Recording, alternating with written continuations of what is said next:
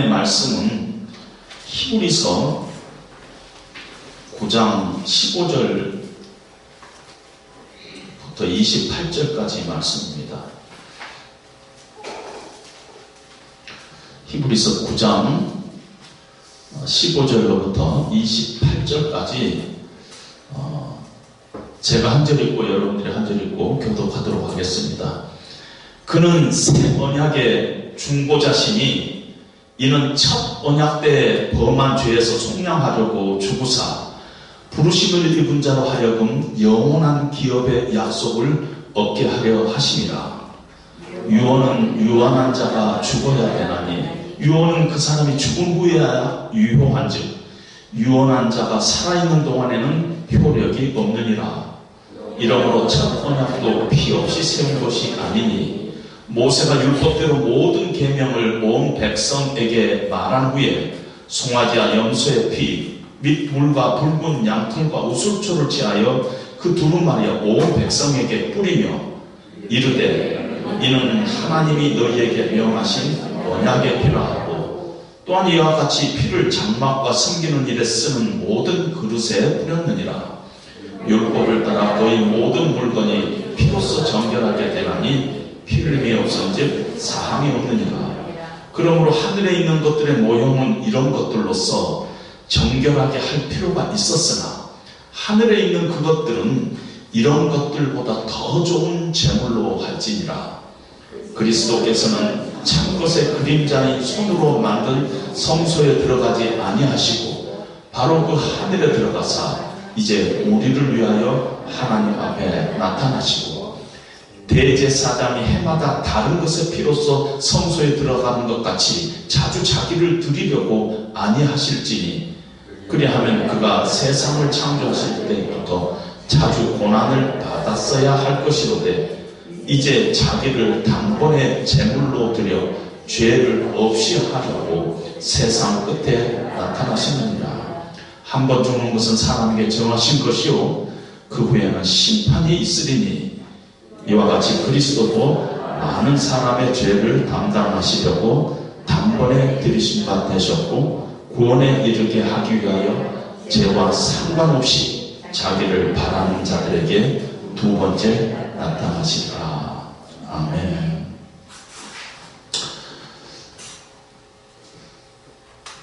수필가 중에서 유정미 씨라는 분이 있는데 그분이 쓴 책 중에 아름다운 집착 이러한 수필집이 있습니다.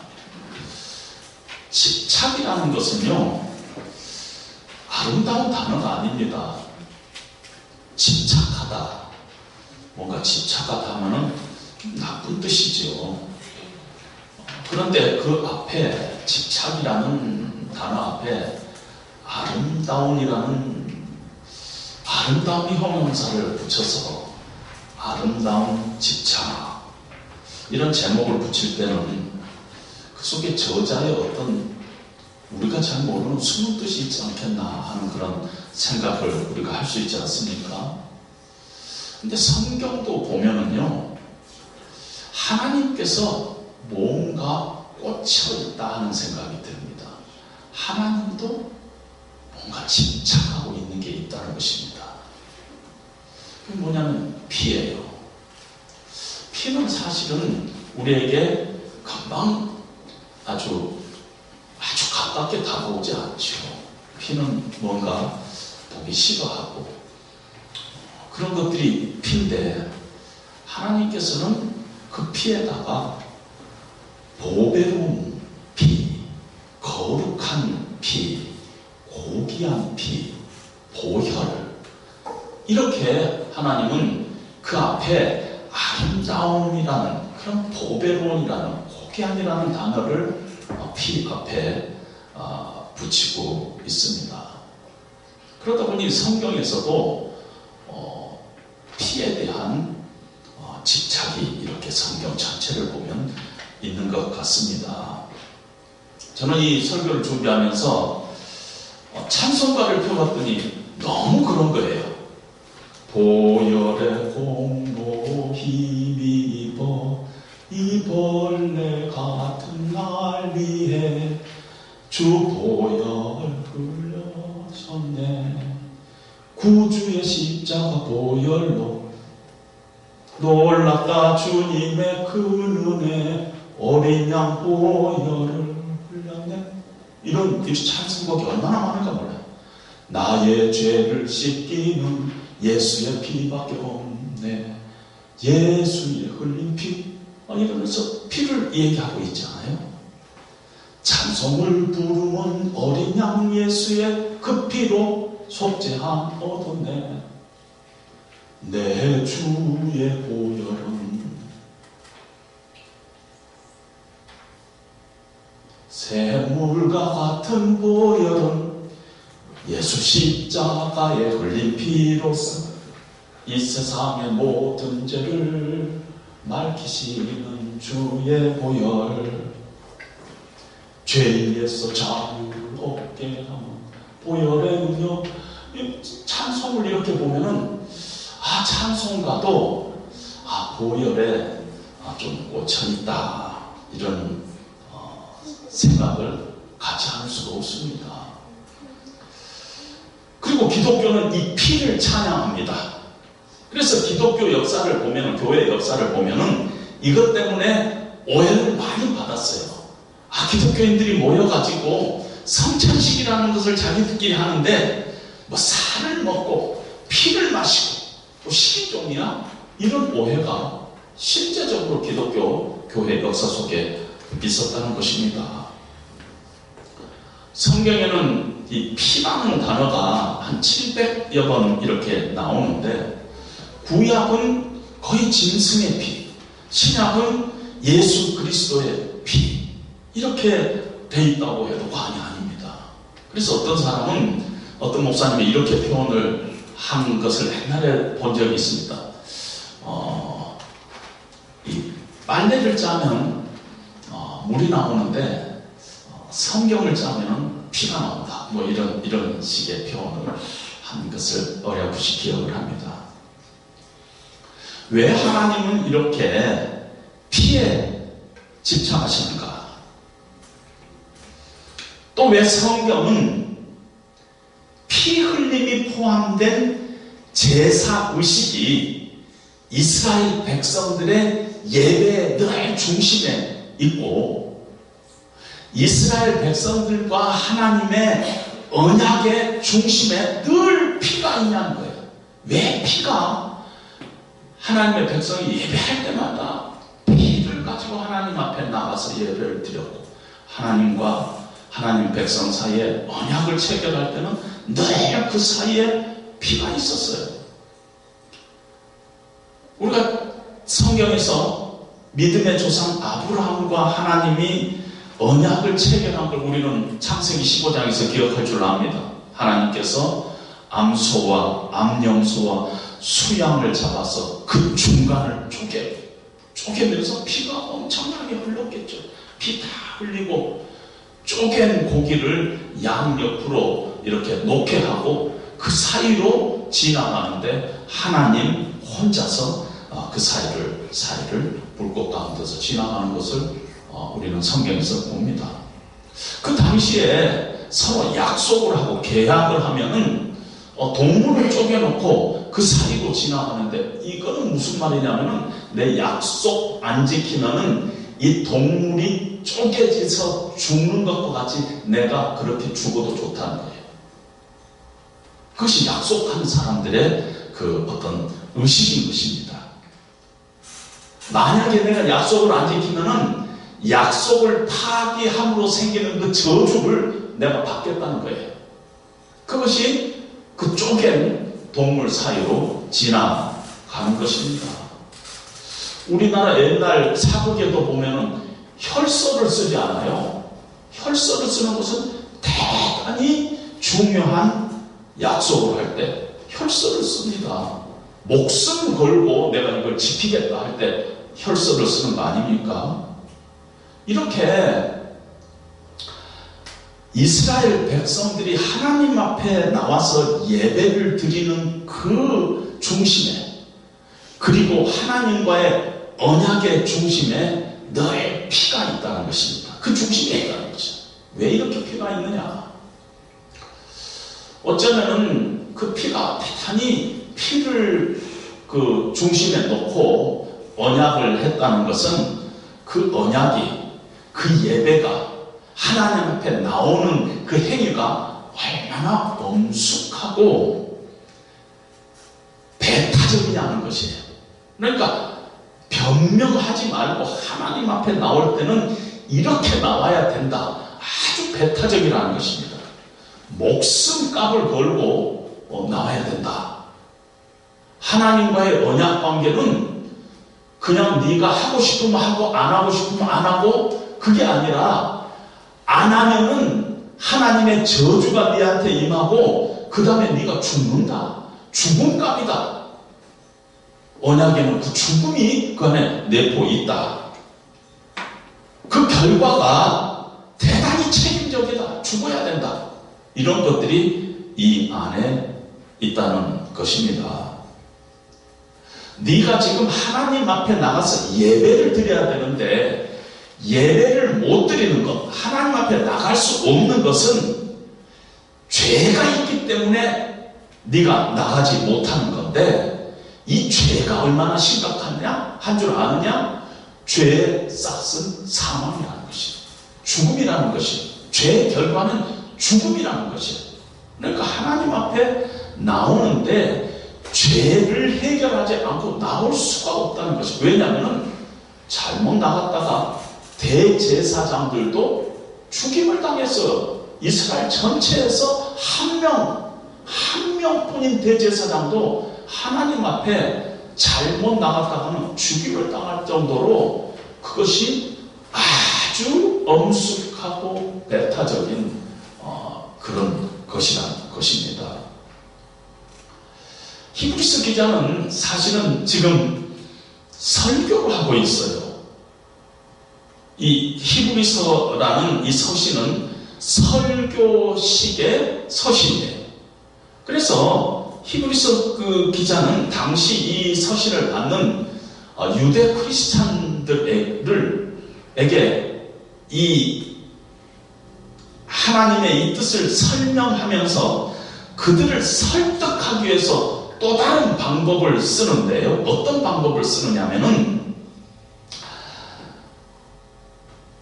언약이라는 단어가 히브리 말로 디아세케라는 단어인데, 놀랍게도 디아세케라는 단어가 또 유언이라는 단어도 똑같이 디아세케라는 단어를 쓰고 있어요.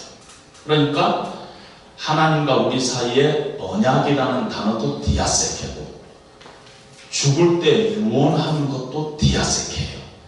그것을 착안해가지고 언약과 유언과는 같은 단어예요. 그걸 가지고 이 독자들에게 지금 설득을 하는 것입니다. 어떻게 설득을 하냐면, 유언 있지. 유언이 언제 효력을 발생한 줄 아느냐? 유언을 남기는 자가 죽어야지 효력이 발생한다. 그래서 유언 안에는 죽음이라는 게 그 안에 내포되어 있다. 왜냐하면 유언이라는 것은 유언하는 자가 죽어야지 그때부터 효력을 발생하니까. 죽고 나서 후손들에게 유산을 상속할 때 그러면 세금이 붙지 않아요? 그럼 제가 아는 바로는 살아서 유산을 남기면은 그게 상속세라고 그러지 않잖아요. 증여세라고 그래요. 죽은 후에 재산을 남겨서 분배를 하고 거기에 내는 세금을 상속세라고 해요. 그러니까 무슨 말이냐면은 유산이나 유언은 그 자체가 죽음을 전제하고 있다는 것입니다. 그래서 우리가 성경에 누가복음 탕자가 아버지께 와가지고 아버지 유산을 내가 미리 받기를 원합니다. 이거는요 그냥 호로자식의 의견. 그렇지 않겠어요? 제가 호로자식이 무슨 뜻인가 네이버에서 찾아보니까 호자는 오랑캐 호자들은요, 로는 좋은 호자. 그 당시에 오랑캐 놈들이 얼마나 꼴 보기 싫었겠어요. 얼마나 보기 싫었겠어요. 얼마나 미웠을게요. 그래서 남을 아주 못된 놈 얘기할 때 호로 자식 그랬을 거라 하는 생각을 갖게 된 것입니다. 얼마나 아버지가 아직 쌩쌩이 살아있는데 아버지 죽으면은 나한테 남길 그 유산을 미리 제가 받고 싶습니다. 이건 아주 자식으로서 못된 자식이죠. 이렇게 유언의 효력은 유언자의 죽음이 선행된 것과 마찬가지로 유언이라는 단어가 디아세케인데 이 디아세케 안에는 죽음을 상징하고 피 흘림을 상징하는 것이 이 안에 있듯이 똑같은 단어를 쓰고 있는 언약도 디아세케니까 언약 안에도 그걸 지키지 못하면은 죽음이 그 결과로 따라온다. 그래서 언약을 맺을 때 하나님과 언약을 맺을 때 하나님께서 동물의 피를 흘리고 죽은 동물을 죽여가지고 그 사이를 통과하면서 언약식을 하는 이유가 거기에 있다. 하나님 앞에 나가서 하나님을 뵙는 것이 언약 관계인데, 그래서 우리를 언약 백성이라고 하는데, 만약에 우리가 하나님 앞에 나갈 수 없는 것은 언약을 파괴했기 때문에 나갈 수 없는 것이고, 그거를 성경에서는 죄라 그러고, 죄의 결과는 반드시 죽음이다. 이건 아주 굉장히 엄숙한 행위다 하는 것을 우리에게 보여주고 있다는 것입니다. 그렇게 지금 히브리서 기자는 그 편지를 받는 사람들에게 설명하고 그렇게 설득을 합니다. 그리고 이 피의 원리는 하나님께서 일관되게 옛 언약, 구약의 옛 언약에도 그리고 신약의 새 언약에도 적용을 하고 있습니다. 그래서 18절에 보니까 그러므로 첫 언약도 피 없이 세운 것이 아니라는 것이에요. 비록 동물의 피를 흘렸지만, 예표적으로 동물의 피를 흘렸지만은 모세가 동물을 잡아서 피를 취해가지고 이스라엘 백성들에게 뿌리면서 이것은 언약의 피다, 여호와께서 너희와 세운 언약의 피다 하면서 동물의 피를 백성들에게 뿌리면서 언약식을 했던 것을 기억하고 있습니다. 왜 이렇게 피를 이 언약에서 사용을 했느냐면은 레위기 17장 1절에 보면은 육체 생명은 피에 있습니다. 내가 이 피를 너희에게 주어 제단에 뿌려 너희의 생명을 위하여 속죄하게 하였나니 생명이 피에 있으므로 피가 죄를 속하니라. 다시 말씀드리면요, 피해가 생명이 있어요. 피해가. 그러니까 살아있는 것을 죽인다는 것은, 그래서 피가 이렇게 나타나는 것은 그 피 안에 생명이 있었고 이미 죽었다는 것이, 죽음을 자초하겠다는 것이에요. 그래서 죄를 속하게 한다는 거예요. 다른 말로 표현하면은 한 생명이 대신 죽음으로 인해서 생명을 담보로 해야 될 다른 생명을 살리는 일이 가능하다는 거예요. 왜냐하면 피에는 생명이 있기 때문에 생명 값으로 지불하면은, 어느 피를 생명의 그 값으로 대신 지불하면은 그 죽음을 가져오는 죄를 사하게 할 수 있다 하는 것이 성경이 우리에게 말씀하고 있는 내용인 것입니다. 따라서 살리기 위해서는 다른 생명의 피 흘림이 필요하다는 것입니다.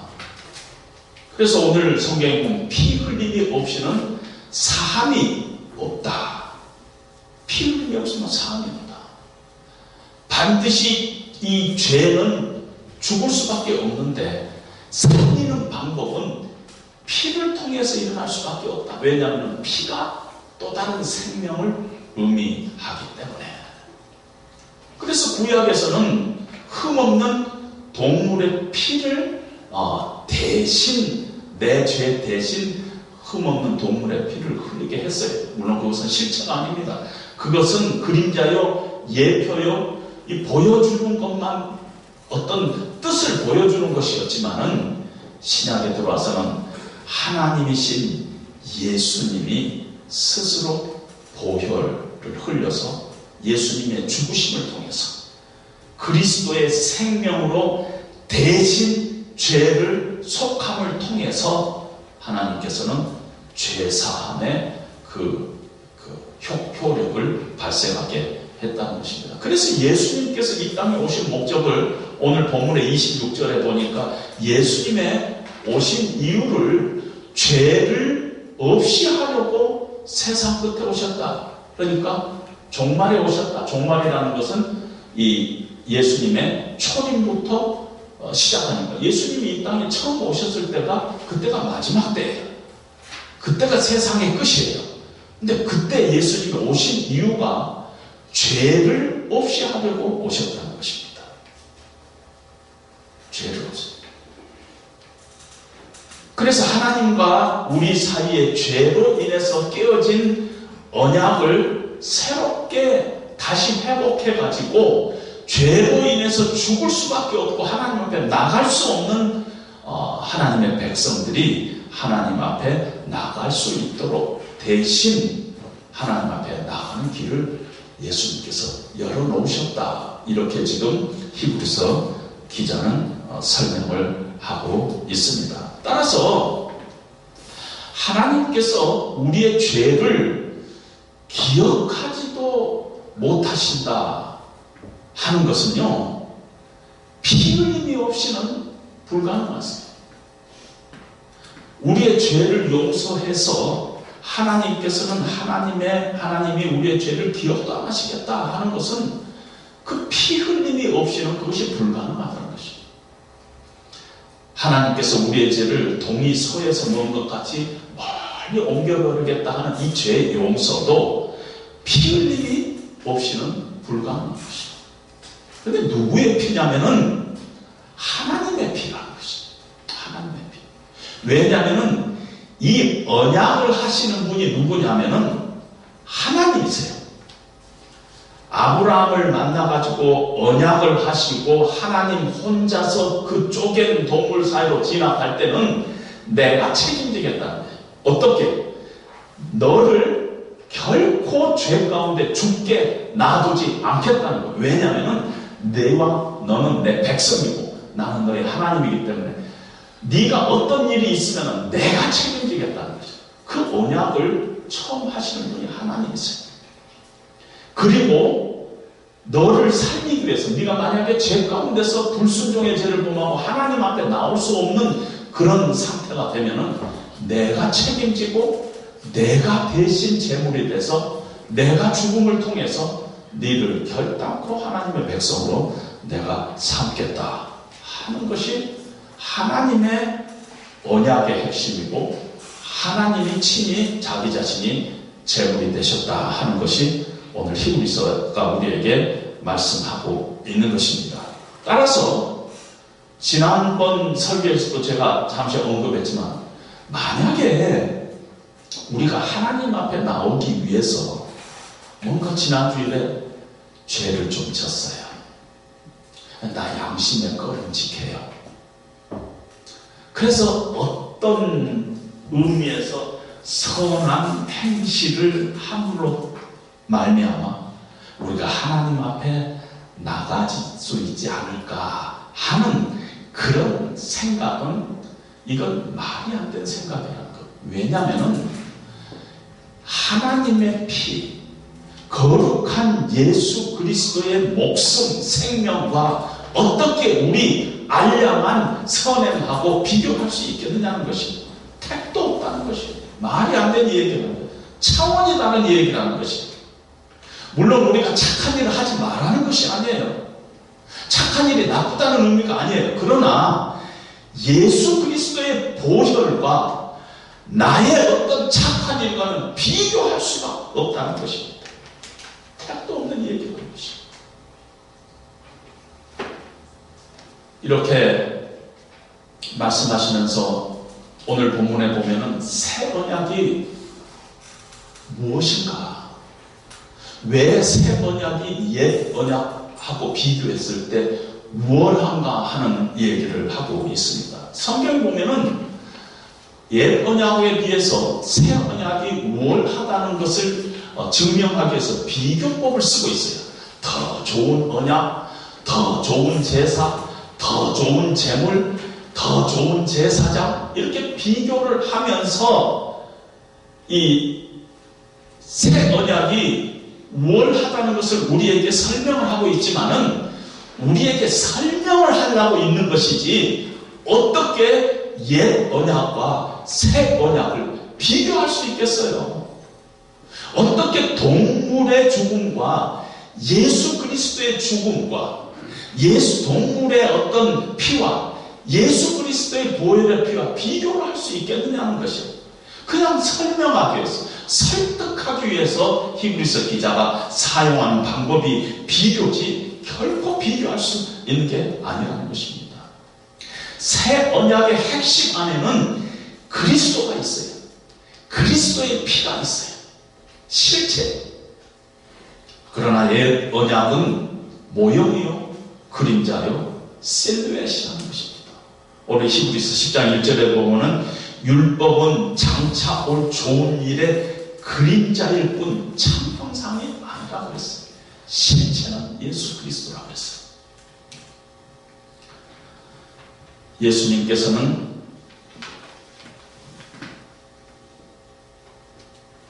사람의 손을 거쳐서 만든 지상 성소에 들어가시 아니하시고 하늘 성소로 바로 들어가셨어요.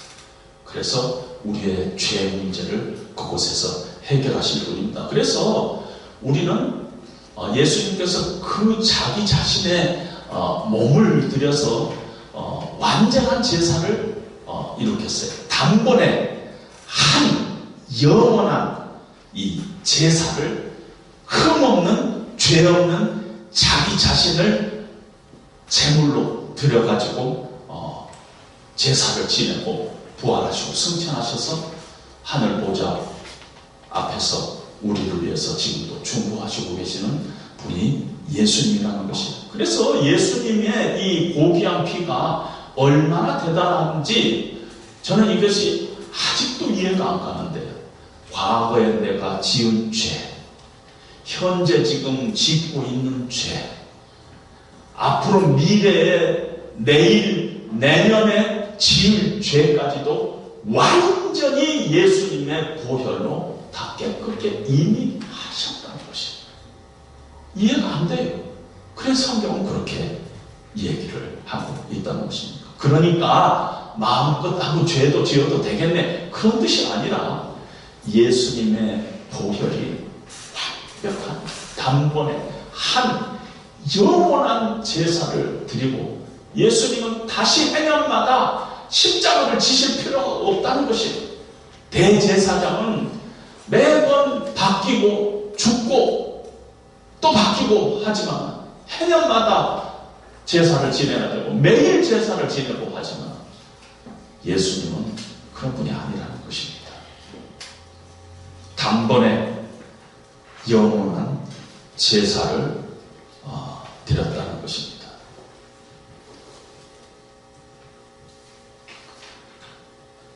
바로 이 새 언약이 하나님께서 직접 믿음의 조상 아브라함과 함을 통해서 쪼개진 재물 사이로 하나님의 홀로 지나가시면서 유언하신 거예요.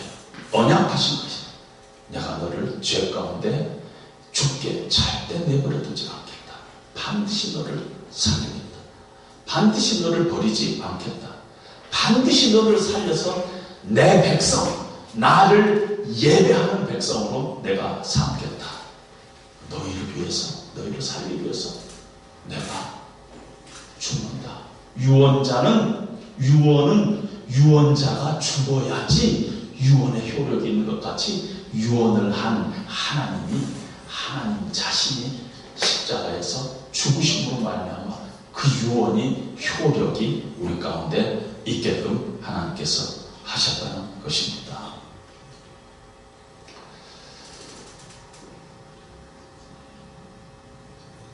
예수님께서 우리 대신 저주가 되시고 우리의 저주를 대신 담당하셨습니다. 그런데 이제 한 걸음 더 나아가서 유언자가 죽고 나면은 유언의 효력이 우리가 세상 속에서도 보면은 유산을 받게 되잖아요. 하나님께서 유언하시고 우리를 대신해서 죽으시고 유산을 남기셨어요. 근데 그게 15절에 보니까 그는 새 언약의 중보자시니 우리를 죄에서 속량하시려고 죽으사 부르심을 입은 자, 우리들이죠. 예수 믿는 자로 하여금 영원한 기업의 약속을 얻게 하려 하시니라. 우리에게 eternal inheritance, 영원한 어떤 유산을 하나님께서 주셨다는 것입니다. 죽으시고 부활하시고 하늘 성소에 들어가셨어요. 바로 들어가셔서 우리를 위해서 유산을 상속해 줄 뿐만 아니라 하늘 보좌 옆에서 우리에게 유산을 배분하시는 역할까지 유산을 집행하시는 당사자로 새 언약의 중보자로 지금 우리 가운데 계시다는 것입니다. 예수님께서 부활하셔서 살아계셔 부활하셔서 우리의 영원한 언약을 영원한 기업의 약속을 지금도 우리에게 행하고 계신다는 것입니다. 여러분 디모데후서 1장 9절에 보면은요 이런 말씀이 있어요. 하나님께서 우리를 구원하사 우리를 부르심은 우리의 행위대로 하심이 아니요 오직 자기의 뜻과 영원 전부터 그리스도 예수 안에서 우리에게 주신 은혜대로 하시니라. 하나님께서 우리를 부르셨어요. 우리는 부르심을 입은 자들인데 하나님께서 왜 우리를 부르셨느냐 하면은 하나님의 뜻 가운데서 하나님이 주신 예수 그리스도 안에서 하나님이 주시는 은혜대로 그걸 하기 위해서 우리를 부르셨다는 것입니다. 따라서 우리가 받을 유산은요 그리스도 예수 안에서 우리에게 주신 은혜대로 우리가 받게 됐어요. 그래서 우리의 조건과 아무 상관이 없이 우리가 하나님의 eternal inheritance 유산을 받게 되어 있습니다. 여러분 이 세상에서는요 법이 있지만은 유언 없이 돌아가시면은 자녀들 간에 법적인 이 분쟁이 가끔 일어나는 것을 우리는 신문 같은 데서 보지 않아요? 형제 간의 싸움이 일어나요. 만약에 장남이 내가 장남이니까 아버지 유산에 50% 받아야 되겠다. 50%는 내가 가져가야 되겠다. 둘째 아들이 형님 그게 무슨 말씀이세요? 형님은 옛날에 어떤 땅을 받으셨지 않아요? 저는 못 받았지 않아요? 막내가 얘기합니다. 아버지 어머니 마지막 몇 년 동안 병들어서 고생하실 때 누가 수발 들었습니까? 제가 마땅히 더 봐야 되지 않습니까? 그렇게 서로 분쟁을 하는 경우를 우리가 봅니다. 그런데 하늘 유산은 하나님께서 우리의 조건을 보지 않고 예수 그리스도 안에 있는 은혜로 우리를 나누신 것입니다. 20년 동안 믿는 사람이나 어제 믿는 사람이나 하나님의 은혜는 똑같이 온다는 것입니다. 장터에서 새벽부터 뽑혀가지고 포도원에서 일한 사람이나 30분 전에 문 닫기 30분 전에 부르심을 받고 가서 일한 사람이나 다 동일하게 한 달란트를 받았던 걸 우리는 기억합니다.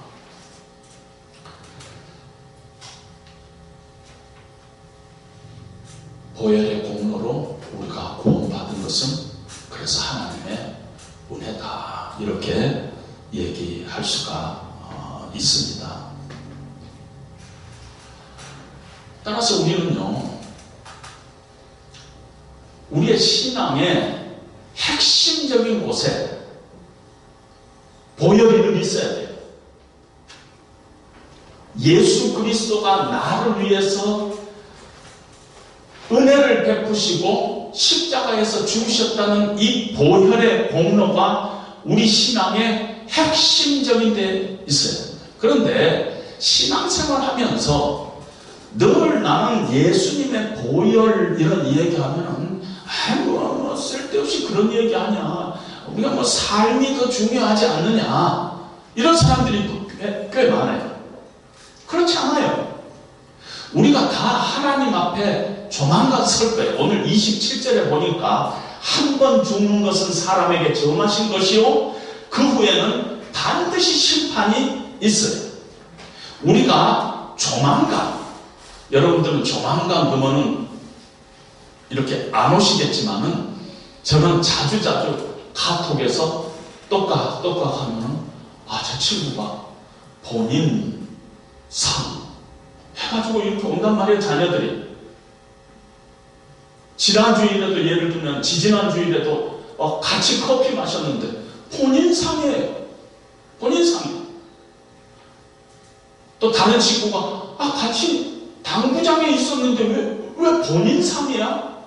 이런 일이 갑자기 우리 인생 가운데 닥쳐올 것이라는 것입니다. 그런데 우리가 하나님의 심판대 앞에 섰을 때 예수님이 천국에서요 마지막 심판대 때 무슨 옷을 입으셨냐면은 피 묻은 옷을 입었어요. 피 묻은 옷을 입었어요.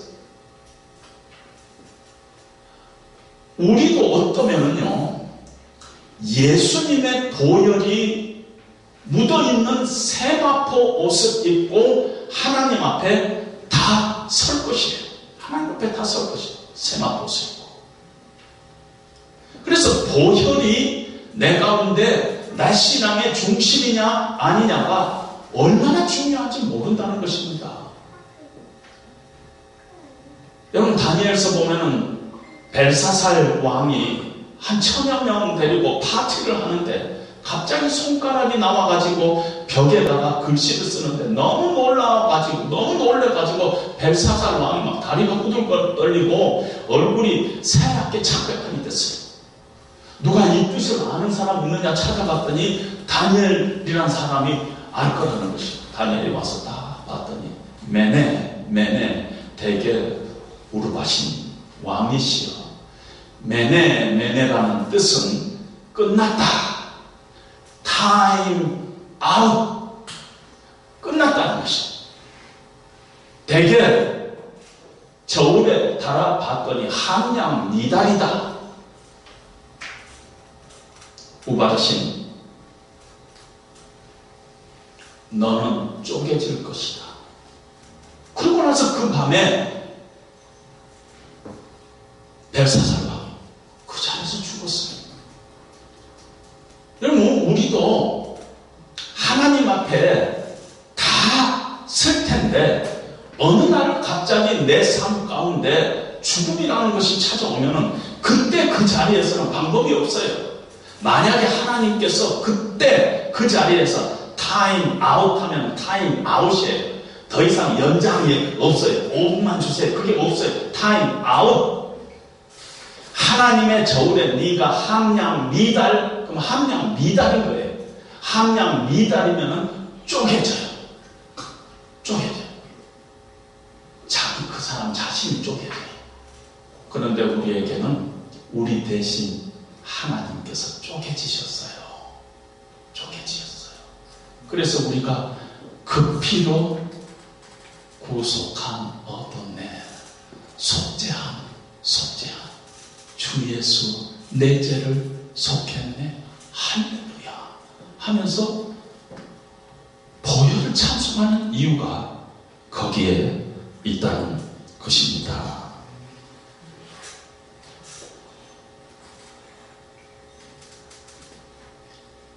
예수님께서 이 땅에서 마지막 날을 보낼 때 제자들을 불러 모아가지고 성찬을 하면서 이자는 내 피로 세우는 새 언약이니 너희를 위해서 붓는 것이다 하고 성찬을 합니다.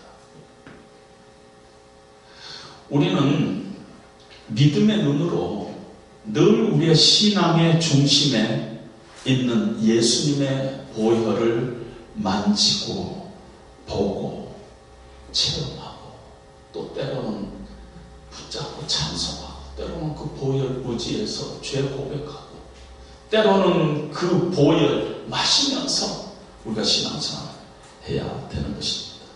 그래서 여러분들이 혹이나 그래 안 했다면은 남은 여러분들의 신앙생활 속에서 보혈에 집착하는 어떤 면에서 집착하는 그런 신앙을 다시 회복해야 한다는 것입니다. 보혈 안에 능력이 있어요. 죄에서 자유를 얻게 하는 보혈의 능력, 보혈의 능력. 육체 정욕을 이길 힘은 보혈의 능력, 보혈의 능력. 존귀한 주의 보혈, 내 영을 새롭게 하네. 존귀한 주의 보혈, 내 삶을 새롭게 하네. 그 찬송이 진짜 나에게 은혜로, 능력으로 다가와야 된다는 것입니다. 우리가 다 주 보혈 아래에 있다. 내가 주 보혈 아래에 있다. 나 주 보혈 아래에 있네.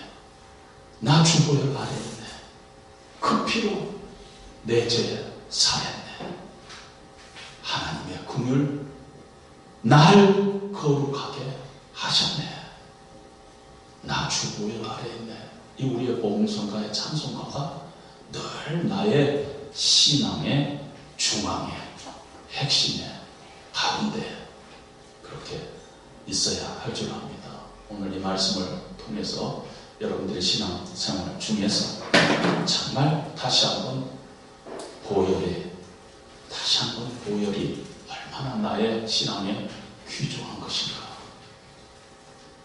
예수 십자가에 흘린 피로써 그대는 참 의지하는가.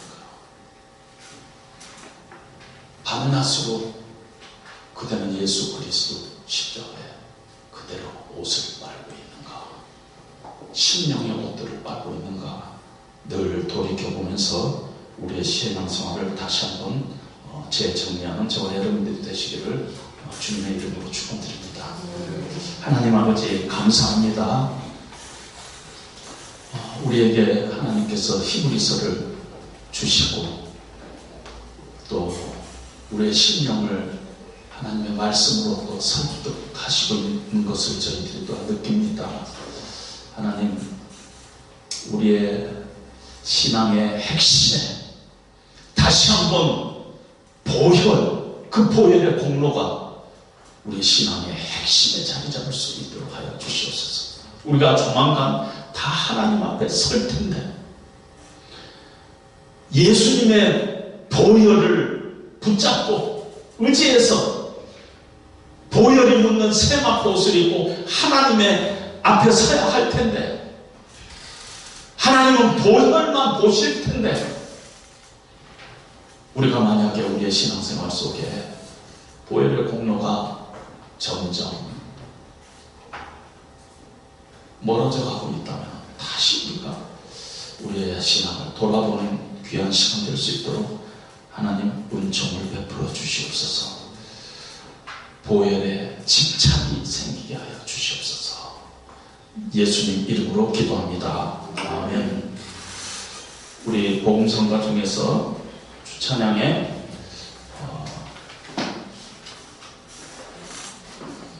344장 보혈을 지나 내 영을 새롭게 하네. 또 우리 한번 다시 부를 때는 내 삶을 새롭게 하는 그렇게 한번 바꿔서 부르겠습니다.